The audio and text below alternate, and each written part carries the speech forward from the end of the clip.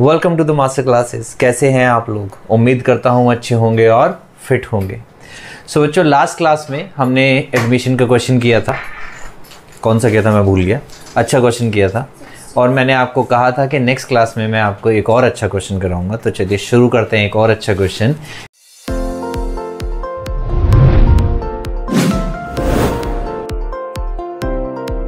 इस क्वेश्चन में hidden goodwill है। Question number 67, T.S.. Grewal, new वाली book 2022।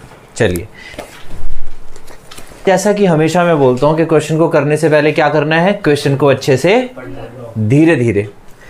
Rajesh and Ravi are partner sharing profit and losses in the ratio of 3:2। Their balance sheet as at 31 March 2022 stood as. अच्छा बच्चों, जो ये balance sheet के साथ लिखा होता है बैलेंस शीट एज एट, और जबकि बाकी अकाउंट से हम क्या लिखते हैं, for the period, as on, ऐसा क्यों होता है? और बैलेंस शीट में लिखा होता है एज एट। फर्क पता है किसी को? नहीं पता।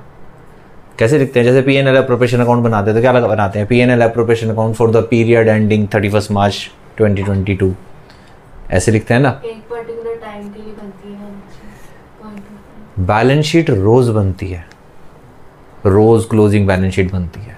आजकल सॉफ्टवेयर्स आ गए हैं, इसलिए बैलेंस शीट जो है एक बटन ही दबाना होता है और तो क्या करना होता है, इसलिए बैलेंस शीट जो है एज एट लिखा जाता है। डेली जब बिजनेस अपने ऑपरेशंस बंद करते हैं तो उनकी बैलेंस शीट बनती है, इसलिए एज एट। ये याद रखना बात, कोई कोई बताता है। चलिए, तो ऐसी बहुत सारी बातें हैं। चलो ओके जी, चलिए। एसेट साइड दे रखी है हमें, कैश दे रखा है, स्टॉक दे रखा है, prepaid, insurance, debtors, provision, machinery, building, furniture. ऐसी कोई भी चीज नहीं है जो राइट ऑफ होगी। क्रेडिटर्स, आउटस्टैंडिंग एंड कैपिटल, यहाँ पे भी कोई ऐसी चीज नहीं है। ना जनरल रिजर्व्स है, ना वर्कमैन कंपनसेशन, ना इन्वेस्टमेंट फ्लक्चुएशन, ना गुडविल है, ना P&L, कुछ नहीं है। यानी कि कुछ भी राइट ऑफ होने वाला नहीं है। आगे चलते हैं। Raman is admitted as a new partner introducing a capital of 16,000। Raman आ रहा है नया पार्टनर, कैपिटल। चलिए, सबसे पहले कौन है? राजेश है और रवि है।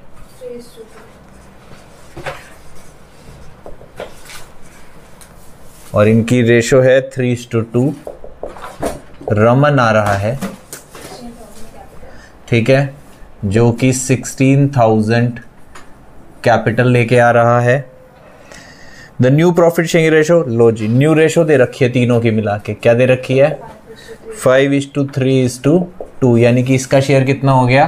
2/10। ठीक है, चलिए। Raman is unable to bring in any cash for goodwill. तो इस क्वेश्चन में यही खास बात है कि ये क्वेश्चन किसका है? हिडन गुडविल का है। बात समझ में आ गई?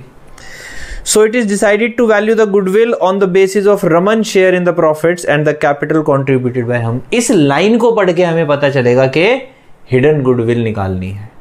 देखो, वो गुडविल नहीं ला रहा का केस क्या होता है, हम उसका करंट अकाउंट डेबिट कर देते हैं पर गुडविल के पैसे पूरे लेते हैं। यही सिखाया था, है ना। लेकिन अब वो क्या कह रहा है? वो कह रहा है it is decided to value the goodwill. Goodwill की वैल्यू निकालनी है। कैसे निकालनी है? On the basis of Raman's share of profit and capital contributed. वो जो कैपिटल दे रहा है और जो उसका शेयर है। इसका क्या मतलब है बच्चों? जब कैपिटल और शेयर को बेस लेके गुडविल निकाली जाती है तो कौन सी गुडविल होती है?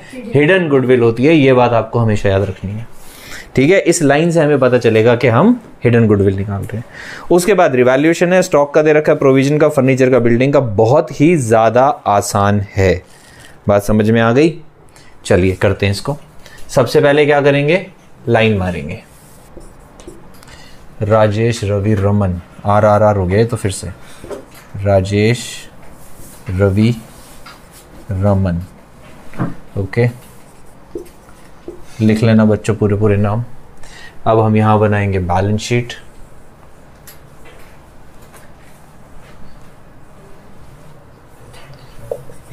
और यहां करेंगे हम वर्किंग्स। ओके बच्चों, सबसे पहले क्या लिखना होता है? सबसे पहले बैलेंस शीट से कोई भी आइटम अगर आनी है तो बैलेंस ब्रॉट डाउन 29,000 और 15,000। चलिए, उसके अलावा प्रीमियम बांटना होता है जो कि वो लाया नहीं है, अभी हमें निकालना है। उसके अलावा बैलेंस शीट में कुछ दे नहीं रखा, ना कोई गुडविल है, ना P&L है, ना जनरल रिजर्व्स है, ना वर्कमैन कंपनसेशन है, ना इन्वेस्टमेंट फ्लक्चुएशन है। क्या नहीं करना? कुछ भी नहीं करना। सीधा सीधा क्या बनाएंगे? रिवैल्यूएशन अकाउंट बनाएंगे। बनाते हैं। Stock to be decrease by 5%, stock कम कर देते हैं 5% से। 750। जी बिल्कुल 750, नॉट 7500। ठीक है, तो स्टॉक की वैल्यू कितनी आ गई बेटा, 50% कम हो जाएगा 75%, तो 7500 कर दिया तो ये रह जाएगा 14,250। आगे वो कह रहा है provision for doubtful debt is to be 500, 10 रुपये और बढ़ा देते हैं। 10 रुपये 100 रुपये है। क्या कह रहा है? 100 रुपये बढ़ेंगे। हाँ मैं चेक कर रहा था, तू क्या बोलता है? डेटर्स कितने हैं हमारे? 9,400 लेस प्रोविजन 500, कितने रह गए? 8900। 89 थोड़ी ना रह गए भाई। आगे चलते हैं। Furniture to be decrease by 10%, लो जी ये भी घटा देते हैं। फर्नीचर का है हमारा 5000 का है, 10% हो गया 500, यहाँ पे लिख देंगे फर्नीचर 4500। ओके, देखो कितना आसान है, सारे क्वेश्चन एक जैसे हैं, प्रैक्टिस करोगे सब आ जाएगा। बिल्डिंग इज वैल्यूड एट 40,000, लो जी बिल्डिंग की वैल्यू कितनी हो गई? 5,000। और पहले बिल्डिंग थी 35 की, तो 5,000 रुपये का इजाफा हो गया है, यानी कि बढ़ गई है। और कुछ है नहीं, टोटल कर देंगे।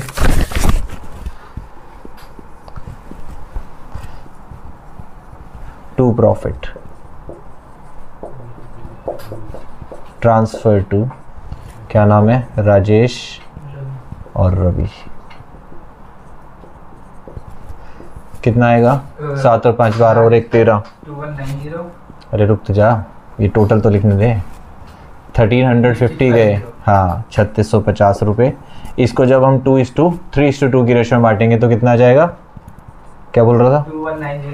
2190 1460। लो जी ये आ गया हमारा रिवैल्यूएशन का प्रॉफिट, जो कि हमें यहीं पे लिख देना है बाय रिवैल्यूएशन अकाउंट 2190 और 1460। लो जी यहाँ तक तो था बच्चों, बहुत आसान सा क्वेश्चन। अब आ जाओ हिडन गुडविल पे। हिडन गुडविल कैसे निकालते हैं? हमें गुडविल की ट्रीटमेंट करनी है। हिडन गुडविल कैसे निकालते हैं? हिडन गुडविल निकलेगी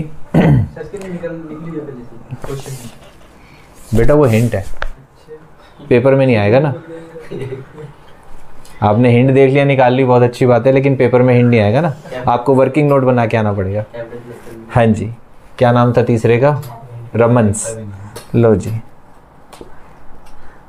रमन्स कैपिटल कितनी है? 16,000। शेयर कितना है उसका? 2/10। तो टोटल कैपिटल कितनी हो जाएगी? 80,000। बिल्कुल जी 16,000 इंटू 10/2, ये हो गई 80,000। ठीक है, और गुडविल कैसे निकालते हैं? Actual capital. हाँ जी, ये वाली capital minus actual capital in new form, याद रखना बच्चों। ये बात हमेशा याद रखना, न्यू फॉर्म। कौन सी फॉर्म में लेनी है? न्यू फॉर्म में। न्यू फॉर्म में तीनों पार्टनर्स की कैपिटल कितनी आ जाएगी? 80,000। न्यू फॉर्म का मतलब ये वाली कैपिटल, अगर कोई रिजर्व्स होते तो वो भी डाल देते, कोई इधर पे कुछ होता तो भी, यानी कि बैलेंस पार्टनर्स कैपिटल अकाउंट का आपको क्या निकालना है? बैलेंस निकालना है, ये याद रखना। समझ में आ गया? तो बैलेंस कैसे निकलता है? दोनों साइड के टोटल्स का डिफरेंस। तो यानी कि बैलेंस कैरी डाउन, पर निकाल नहीं सकते क्योंकि अभी गुडविल की एंट्री करनी है। तो तुम्हें रफली पहले क्या करना पड़ेगा? पार्टनर्स कैपिटल अकाउंट को क्लोज करना पड़ेगा।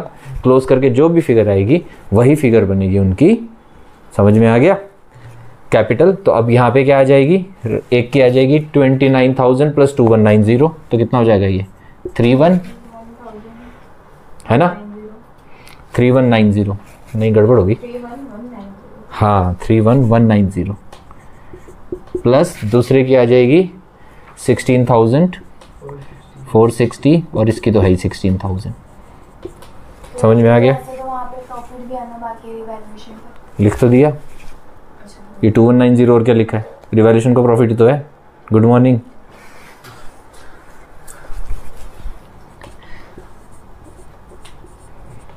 टोटल करो इसका, 16 और 16 32, 32 और 32 64, 63,650 तू कह रहा है तो मान लेता हूँ। तो गुडविल कितनी आ गई हमारी? 16,350 रुपये। Yes sir. लो जी, ये गुडविल आ गई हमारी। ये किसकी गुडविल निकली है, पार्टनर की या फर्म की? ये फर्म की गुडविल निकली है। तो इसका शेयर कितना आ जाएगा, रमन शेयर ऑफ गुडविल?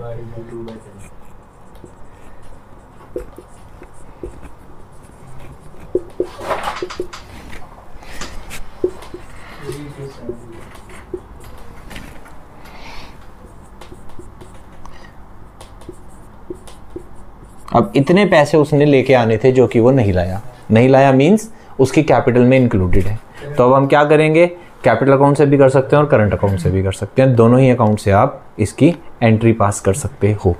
ठीक है, बेटर वे क्या होता है, कैपिटल अकाउंट से करनी चाहिए। क्यों करनी चाहिए, मैंने आपको रीजन भी दिया था। क्योंकि हमने गुडविल किस बिहाफ पे निकाली, उसकी कैपिटल के बिहाफ पे। हम क्या मान के चल रहे हैं कि उसकी गुडविल उसकी कैपिटल में इंक्लूड है। तो कैपिटल अकाउंट बेस्ट होता है, पर आप करंट कराओगे तो भी कोई प्रॉब्लम नहीं है। आंसर आपको दोनों ही केसेस में बैलेंस शीट का टोटल अलग आएगा, लेकिन आपका आंसर ठीक होगा। ठीक है, तो हम करंट अकाउंट से कर देते हैं, कोई प्रॉब्लम नहीं है, क्योंकि आंसर मिलाना है। तो एंट्री क्या बनेगी, कहाँ करूँ, जनरल एंट्री। एंट्री बताओ, चलो क्या एंट्री बनेगी? अरे गुडविल की, गुडविल की तरह वो बनेगी ना, debit capital account debit to by Rajesh और रवि। हाँ, तो राजेश और रवि का कैपिटल अकाउंट क्रेडिट होएगा किससे, by Raman's current account. Raman's current account. जब हम रमन्स करंट अकाउंट लिखेंगे तो इस साइड एंट्री नहीं आएगी, पर अगर हम लिख देंगे रमन्स कैपिटल अकाउंट तो इस साइड एंट्री आएगी, क्योंकि इसका अकाउंट भी तो डेबिट करना पड़ेगा। बात समझ में आ रही है? अगर हम एंट्री लिखते हैं Raman's current account debit to Rajesh और टू रवि, ठीक है, तो राजेश और रवि का कैपिटल अकाउंट क्रेडिट हो रहा है, हम यहाँ एंट्री लिखेंगे। पर रमन का कौन सा अकाउंट डेबिट हो रहा है, करंट अकाउंट, तो हम यहाँ एंट्री नहीं लिखेंगे, यानी कि इसकी कैपिटल को कम नहीं करेंगे। पर अगर हम यहाँ पे करंट ना लिख के क्या वर्ड लिख देते हैं, तो फिर यहाँ पे भी टू राजेश टू रवि करके रमन के अकाउंट में एंट्री आएगी और उसकी कैपिटल इतने रुपए से कम हो जाएगी। बात समझ में आ रही है? ओके, किसी ने सैक्रिफाइसिंग रेशो निकाली है? यस सर, 1/2 आएगी दोनों की इक्वल आ रही है। ओके गुड, हाँ इक्वल आएगी। 60-40 था, 50-30 हो गया, तो इक्वल आएगा। तो हम आधा आधा कर देते हैं, ठीक है। कितना आ जाएगा? 1635। लो जी, अब इसको कर दो टोटल, ठीक है। इधर कुछ है नहीं, तो क्या आ जाएगा, सीधा सीधा टू बैलेंस कैरिड डाउन। करो भी टोटल, और वो टू बैलेंस आपने यहाँ लिखना है। और लास्ट स्टेप हमारा क्या रह गया, बैलेंस शीट की बाकी आइटम्स को लिखना। क्रेडिटर्स हमने नहीं लिखे हैं, लिख देते हैं। आप टोटल करो, मैं ये सब लिख रहा हूँ। 38,500 आउटस्टैंडिंग रेंट भी हमने नहीं लिखा, 4,000, इसके अलावा और कुछ है नहीं। कैपिटल्स राजेश, रवि, रमन, बता दो भाई। एक की तो मैं निकाल देता हूँ, चलो। 32825 राजेश की, हाँ 32825 18095 18095। और ये मुश्किल वाली मैंने लिख दी है पहले ही निकाल के तुम्हारे लिए। का टोटल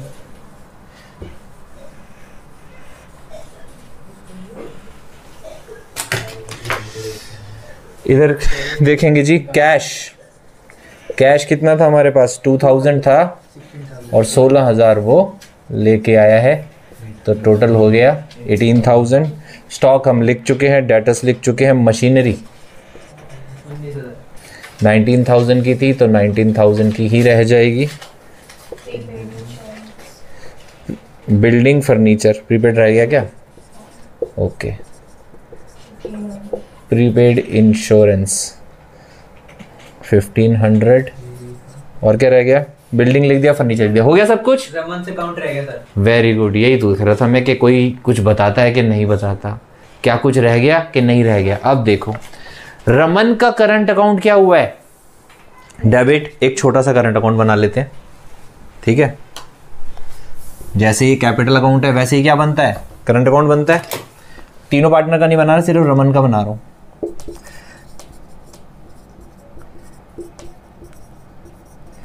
एंट्री क्या लिखी थी? रमन्स करंट अकाउंट डेबिट। मैंने कहा था अगर कैपिटल अकाउंट लिखेंगे तो यहां एंट्री आएगी, लेकिन अगर करंट अकाउंट लिखेंगे तो यहां नहीं आएगी, तो कहां आएगी? करंट अकाउंट में तो आएगी कि नहीं आएगी? तो करंट अकाउंट में एंट्री आएगी। क्या आएगी?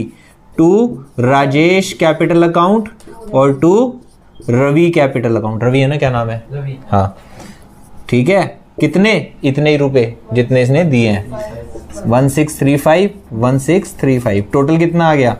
3270। इधर का टोटल भी कितना आ गया? 3270। तो क्या आ गया ये? By balance carried down 3270। What does it mean? कि उसके करंट अकाउंट का कौन सा बैलेंस आ गया? डेबिट बैलेंस आ गया। वैसे कैपिटल्स का कौन सा बैलेंस होता है? क्रेडिट बैलेंस बोलते हैं इसको, लेकिन जब बैलेंस इधर को आता है तो क्या बोल देते हैं? डेबिट बैलेंस बोलते हैं। ठीक है, तो यहां पे आएगा रमन्स करंट अकाउंट। ये याद रखना, सिर्फ इस एक पॉइंट के लिए मैंने ये पूरा क्वेश्चन आप लोगों को करवाया है।